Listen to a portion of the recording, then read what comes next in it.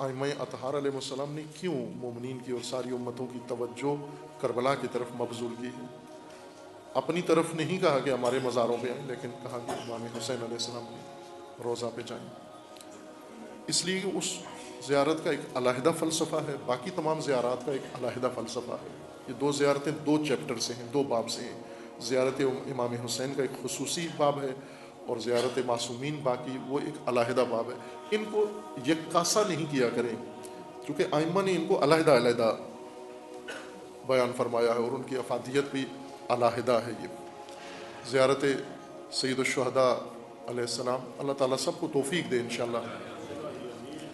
مقصد اس کا یہ ہے کہ توجہ ہماری ادھر چلی جائے، اس واقعے کی طرف جائے، اس قیام کی طرف جائے، اس مزاحمت کی طرف توجہ جائے جس کے خلاف امام حسین علیہ السلام نے قیام کیا۔ وہی چیز جس پہ ہم چپ ہیں اسی کے خلاف امام حسین علیہ السلام نے قیام کیا۔ وہی جس کے ہم تماشائی ہیں اسی کے خلاف امام نے آواز اٹھائی ہے۔ جس امام کو رونے جاتے ہیں، جس امام کے مزار پہ جاتے ہیں، حسرت ہے کہ زندگی میں ایک دفعہ جائیں، یہ بھی دیکھنے کے لیے جاتے ہیں، یا اسی لیے بلایا گیا ہے کہ یہاں آ کر غور کرو کہ یہ سب کس خاطر تھا، کیوں ہوا یہ سارا کچھ۔ عزیزان، امام علیہ السلام نے اپنے مقصد میں ذکر کیا تھا کہ یزید فاسد ہے، نظام فاسد ہے، ملت کو اصلاح کی ضرورت ہے، امر بالمعروف کے لیے میں نے قیام کیا ہے۔ اگر انسان مقصد امام حسین کو نیت میں رکھ کے کربلا میں جائے تو زائر ہمیشہ آمر بالمعروف اور ناہی عن المنکر ہوگا، چونکہ امام حسین علیہ السلام سے متصل ہو گیا ہے، امام حسین کے مرکز انور پر جا کر منور ہو کر آیا ہے، اور وہ زندگی میں آ کر چپ نہیں بیٹھے گا کبھی بھی۔ زائر حسین خاموش تماشائی نہیں بنتا ہے۔ اور اس راہ میں سختیاں ہیں، کیوں نہیں ہیں سختیاں؟ جب انسان اللہ کی راہ میں قدم اٹھاتا ہے، امر بالمعروف کرتا ہے، کسی انحراف، کسی قباحت، کسی گمراہی، کسی جرم کے مقابلے میں جب اٹھتا ہے تو پھر انسان پر بھی وہ مصائب آتے ہیں۔ حضرت لقمان کا اپنے بیٹے کو وصیت ہے کہ بیٹے اقم الصلاۃ وامر بالمعروف، اے بیٹا نماز قائم کر اور امر بالمعروف کر، واصبر علی ما اصابک، اور جو کچھ مصیبتیں ٹوٹیں گی پھر اس پہ صبر کرنا، اس پہ تم نے پریشان نہیں ہونا، اس پہ جزا کا شکار نہیں ہو جانا، استقامت رکھنا۔ آئیں گے آپ پر بھی بلیم، آئیں گے آپ پر بھی تہمتیں آئیں گی، لیکن آ جائیں۔ جب سید الشہداء پہ تیر برس سکتے ہیں تو ہماری طرف دو گالیاں آ گئی تو اس میں کیا فرق پڑتا ہے؟ کیا ہم زیادہ عزیز ہیں امام حسین علیہ السلام سے؟ جب امام حسین علیہ السلام پر نیزوں کی بارش برسائی جاتی ہے اور امام پھر بھی اپنا ہدف چھوڑتے نہیں ہیں، ترک نہیں کرتے، اگر آپ کی طرف دو انگلیاں اٹھ گئیں تو نیزے سے زیادہ سخت ہے انگلی اٹھ جانا آپ کی طرف؟ نیزے کا درد زیادہ ہے یا انگلی اٹھنے کا درد زیادہ ہے؟ عزیزان، یہ زیارت کربلا کا حصہ ہے۔ یہ زیارت کربلا سے انسان کے اندر یہ روح، اور ذکر امام حسین سے یہ روح، مومن کے اندر حسینی روح پیدا ہوتی ہے، اور حسینی روح ان قصوں پہ کبھی خاموش تماشائی نہیں بنتی۔ جو میں نے آپ کی خدمت میں عرض کیا تھا کہ تشیع اٹھے، قیام کرے، حسینی قیام کرے اس قباحت کے خلاف، اس ملک کے اندر موجود فساد کے خلاف، اس ملک کے اندر موجود، اور یقین جان لیں کہ آپ تشیع اگر پرچم حسین لے کر اٹھے، قیام کریں، یہ پرچم قیام کا پرچم ہے جو ہم نے نصب کر لیا ہے، گاڑنے والا پرچم نہیں ہے، اٹھانے والا پرچم ہے۔ یہ کربلا میں پرچم کی گڑا ہوا تو نہیں تھا، سارا پرچم ہاتھوں میں اٹھا ہوا تھا، اور ایک کے ہاتھ سے پرچم گرتا تھا دوسرا اٹھا لیتا تھا، تھام لیتا تھا۔ علم کو علمدار کی ضرورت ہے، علم تھڑے پہ نہیں لگتا، علم علمدار کے ہاتھ میں ہوتا ہے۔ یہ پرچم جو متحرک ہے، میدانی پرچم، یہ آپ اٹھائیں، انشاءاللہ پوری انسانیت، پوری اہل سنت و دیگر مسالک سب آپ کے ساتھ ہوں گے انشاءاللہ۔ آپ قیام کریں، تشیع شروع کریں ایک نقطے سے، پاکستان کے اندر اس فساد کے خاتمے کا، اس تہذیب کی اصلاح کا اعلان کریں آپ، حسینی پرچم۔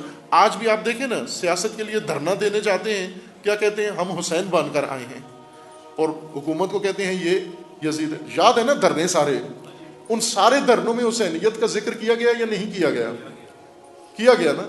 آگے کہ اب ہم کربلا برپا کریں گے، اب ہم فلاں، پٹرول بند ہوا تو کہتے ہیں جیسے کربلا والوں کا پانی بند ہوا تھا ہمارا پٹرول بند ہوا۔ خوب یہ توہین کرتے ہیں کربلا کے نام کی، سیاست کے دھرنوں کو کربلا کا قیام تشبیہ دیتے ہیں، یہ توہین ہے۔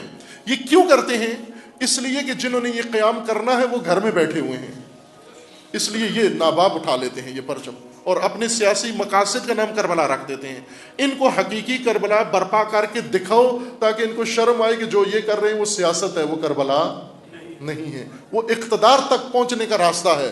امام حسین اقدار بدلنے کے لیے اٹھے تھے۔ اقتدار کا تو کوئی امکان نہیں تھا ظاہر، اقدار بدلنے کے لیے اٹھے تھے. یہ اقدار کا قیام یہ تشیع کا کے اوپر قرض ہے امام حسین کا، یہ تشیع کا دین ہے تشیع کے دوش پر، میرے اور آپ کے دوش پر.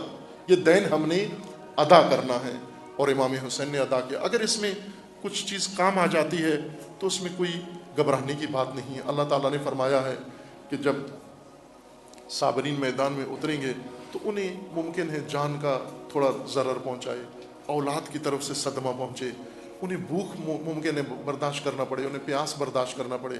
اور یہ سب کچھ کربلا میں اللہ تعالیٰ نے امتحان سید الشہداء کا لیا. اس امتحان کے بعد تو ہمیں نہیں گھبرانا چاہیے. اگر اللہ کا فرمان ہے وَلَنَبْلُوَنَّكُمْ بِشَيْءٍ مِّنَ الْخَوْفِ وَالْجُوعِ وَنَقْصٍ مِّنَ الْأَمْوَالِ وَالْأَنفُسِ وَالثَّمَرَاتِ، ہم یہ آزمائشیں لیں گے آپ کی، ہم لیں گے. اپنی غلطیوں کی وجہ سے جن ان مشکلات میں پڑو گے وہ ہماری طرف سے نہیں ہے، وہ تمہاری اپنی طرف سے ہیں. لیکن بسا اوقات جیسے ایکسیڈنٹ میں تیز رفتاری کی وجہ سے اگر بچہ مر گیا تمہارا تو یہ ہماری طرف سے نہیں تھا، یہ تمہاری اپنی تیز رفتاری کی وجہ سے ہوا نقصان. لیکن کبھی ہم کہیں گے کہ بچہ اٹھاؤ بھیجو کسی میدان میں اللہ کی راہ میں، اور ممکن ہے وہاں تمہارا بچہ کام آ جائے. وہ اللہ کا فرمان ہے کہ وہ ہماری طرف سے ابتلا ہوگی. اگر وہ ابتلا تم نے پوری کر لی، تم صابرین کے مقام پر ہو. وَبَشِّرِ الصَّابِرِينَ الَّذِينَ إِذَا أَصَابَتْهُمْ مُصِيبَةٌ قَالُوا إِنَّا لِلَّهِ وَإِنَّا إِلَيْهِ رَاجِعُونَ.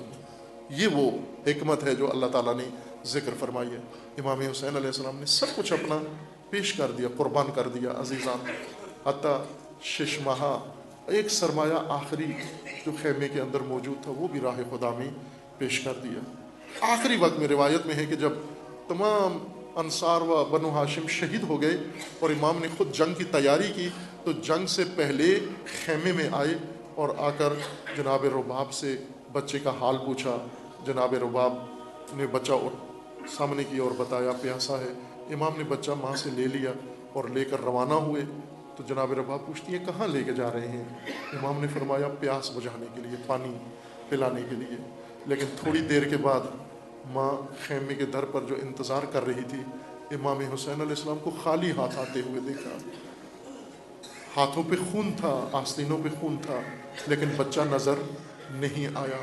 اس وقت نہیں پوچھا کہ آپ میرا بچہ لے کے گئے تھے کہاں چھوڑ آئے ہیں. بس بی بی نے خیمے کا در چھوڑا اور دھوپ پہ آ کر بیٹھ گئی.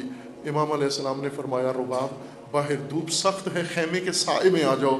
تو بی بی نے فرمایا کہ اب زندگی بھر کبھی سائے میں نہیں بیٹھوں گی، اصغر کے بغیر کبھی سائے میں نہیں بیٹھوں گی.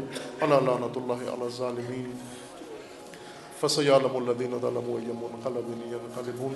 اللهم بحق اسمك العظيم الأعظم الأعز الأجل الأكرم يا الله يا الله يا الله يا الله يا الله يا الله يا الله يا الله يا الله.